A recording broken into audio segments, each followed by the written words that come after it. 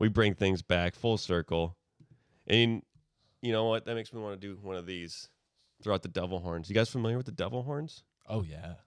Everyone knows devil horns. Yeah. Jack Black invented this, right? Yeah, exactly. Jack Black, School of Rock. Yeah, exactly. In the School of Rock, 2001 or whatever. On the cover. He's on the cover. Yeah, I think he was the first one ever.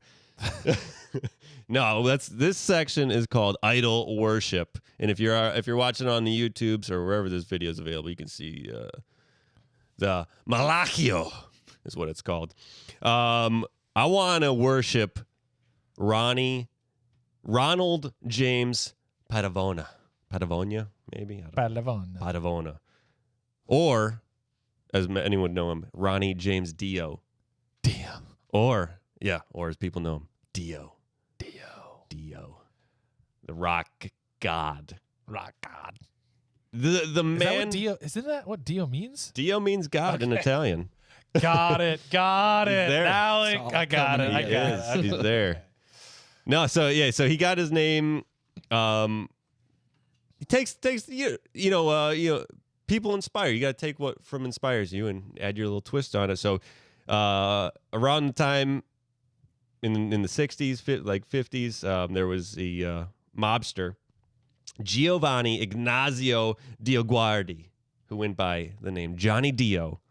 And then, so since 1961, his band, sorry. You get emotional. You get emotional about Dio. Really important to me. I know how much you love Dio. I so love take your Dio. time. Take a breathe. 1961, he used the moniker, Ronnie Dio and the Prophets on their second album. So ever since then, he's been referred to as either Ronnie James Dio or Dio or like just Dio. Got it. So God, but he, inversely, he sings all about hell and Satan and stuff. So I think that's awesome. And, he's got the devil horns, which people like. So there are some people who say that Gene Simmons was the proprietor of the devil horns. Oh. Mainly just Gene Simmons. Everyone else thinks it says Ronnie James Dio was the one who was the propagator of the devil horns.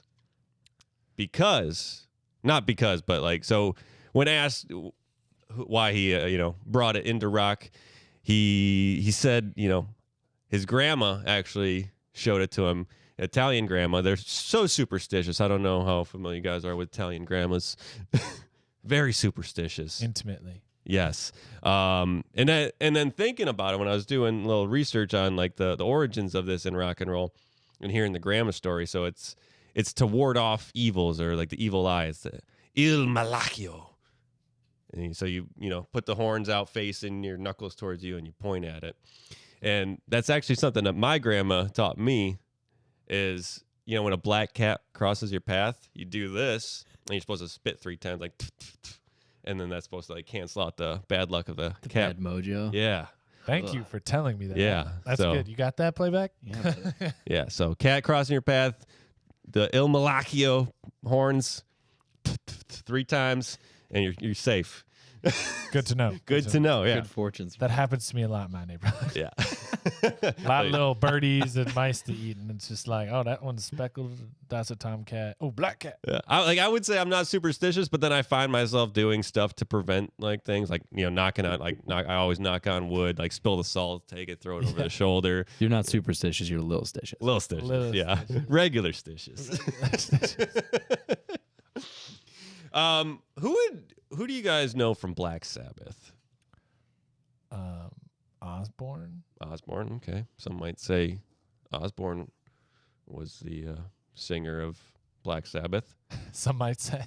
Yeah, well, he was the original, but yeah. Ronnie James Dio filled in after he left. Yeah, so it was like 10 years with Ozzy, and then he was off his rocker. Yeah, because was he ever on his rocker? Possibly not. He was like Magic Lantern originally. It was like a really folky kind of, more like a Fleetwood Mac. Mm. And then he went into Black Sabbath, I remember. And then he was out. Crazy. Because then it was Ozzy Osbourne, his own thing. Yeah. So then Dio stepped in. Yeah, in the 80s, like early 80s, Dio stepped in. Wow. Tony Iommi, Tony Iommi. he's the guitarist, and I think he's like the only member to be in Black Sabbath. I feel like Tony Iommi is Black Sabbath. Yeah. Like he was the only one from start to current to be in Black Sabbath the whole time. Yeah. And then there was like issues with them doing like tours and stuff, and people wanting the Black Sabbath name, and Tony Iommi's like, dude, I've been in this the whole time. Like. Yeah. Like, he's like, you have no claim. What do you do? I've been here the whole time. I think something with Ozzy back and whatever. But anywho, so Dio, this is about Dio because Dio's, I think he's one of the best metal singers, actually of like one of the best singers, rock and roll, like of all time. He enunciates. He has like a clearness but also like a grittiness that he brings into his music, and it's just like kind of operatic in a ways too.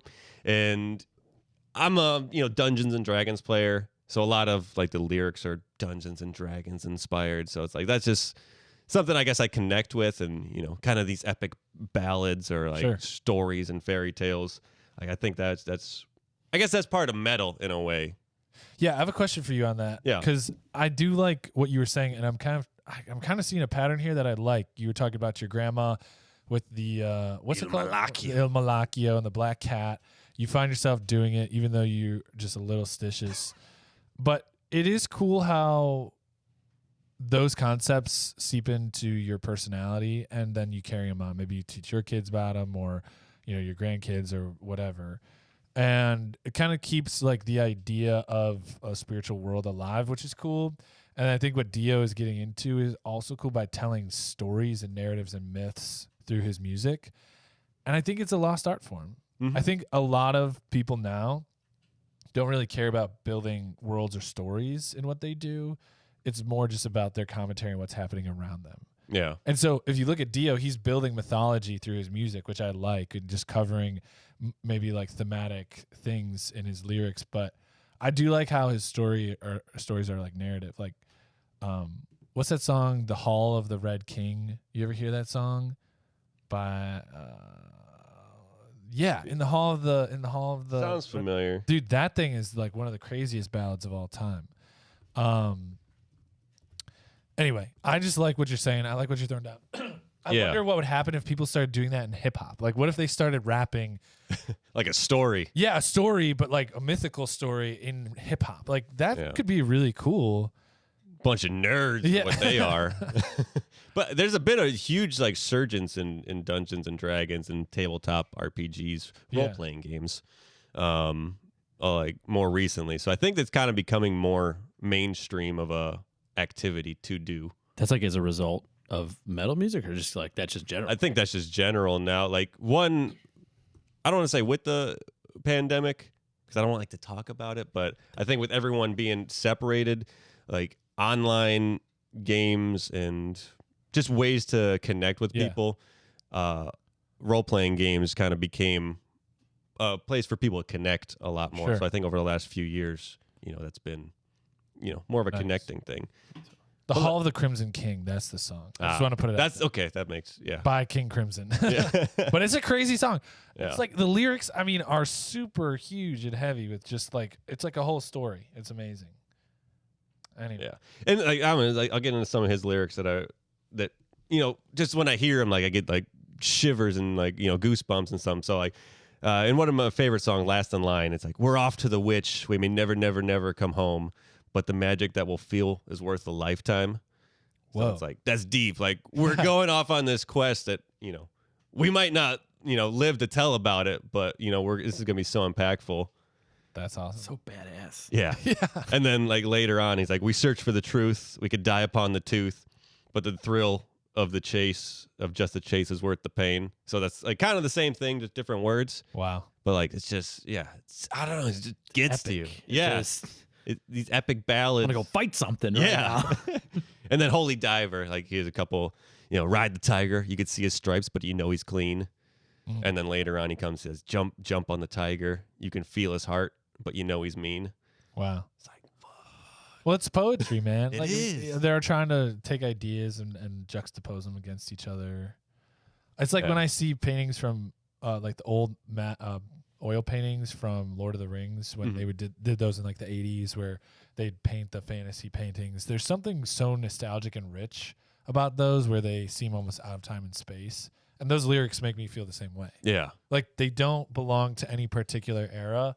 And if you didn't tell me they were part of a rock song, I'd be like, oh, is that a poem or something from some time? But the fact that it's part of a rock song is awesome. Yeah. And that's what I mean is that a lot of songs these days are just not narratively driven. They're just rhythm and pop driven to deliver just something in the background or a theme to whatever you're doing rather than a focus of a story. That's why I think he wasn't as popular.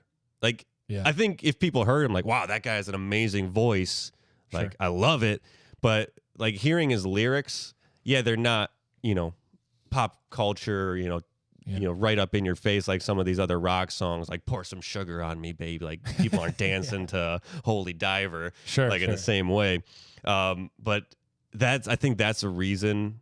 Like I like the music, but it's not mainstream. Yeah. So I think that's why he's not as recognized widely. But to me, he's still. I just want to get into a couple more things before we move on. Yeah. So, he was in the bands Elf, Rainbow, Black Sabbath. Then he went and created his own band Dio, and then he came back to Black Sabbath and as a reunion tour. But they made their band Heaven and Hell. That's one of the albums that they released earlier on because that's kind of when they were having that Black Sabbath, like, hey, the name. So, but then, so as far as like a metal frontman, he placed 5th on the all-time list of like frontmen. Wow. Only behind who's number 1? Mick Jagger. Close. But no. Freddie Mercury number 1. Okay. Yeah. And then Bruce Dickinson of Iron Maiden. That was my first like concert ever, and that was awesome. Wow. Robert Plant of Led Zeppelin. Okay. Oh yeah. And then Rob Halford of Judas Priest. Like all iconic, frontmen. Wow. And then Dio, who I feel like a lot of people, they know him, but like don't know him. It's not like the first pick off the top of your head, but it should be. Yeah, it should be. And Ozzy was like 8th or 10th or something. Like, and Ozzy's more well known. What are the metrics on that list? Like, how do you?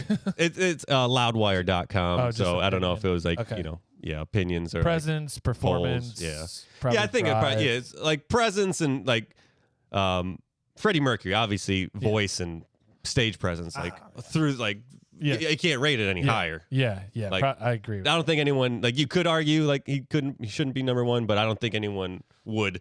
I can't think of anybody. I mean, it's hard with so many great performers out there, but I just can't. I can't justify anybody above him. Yeah, like all these guys like they have the it factor, like everything. Like you could say Ozzy's has a better stage presence than Dio, but Dio's voice just is so far beyond. Technically better. Yeah. Yeah. Well, Freddie had it all. Yeah.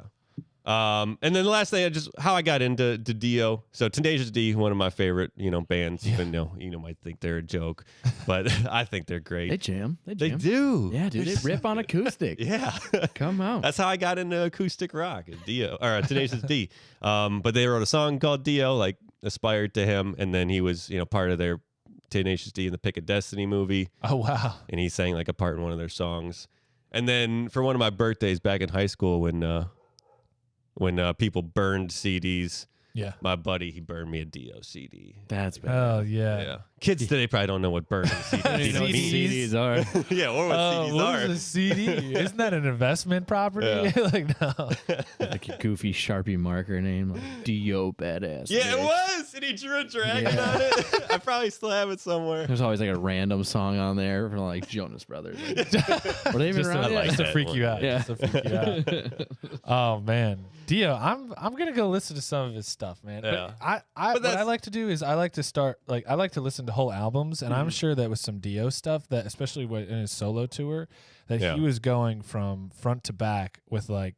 Do you think any of his albums have like a theme all the way through? Or I'm sure they all. I'd like to do that because maybe he's just telling one big story with a bunch of little stories. Yeah, That'd be cool. I'll check that out. But thanks for letting me, talk about our Lord and Savior Dio. May he ever rock in peace. Say it again. What is this called? Il Malacchio. Il Malacchio. The Il Malacchio.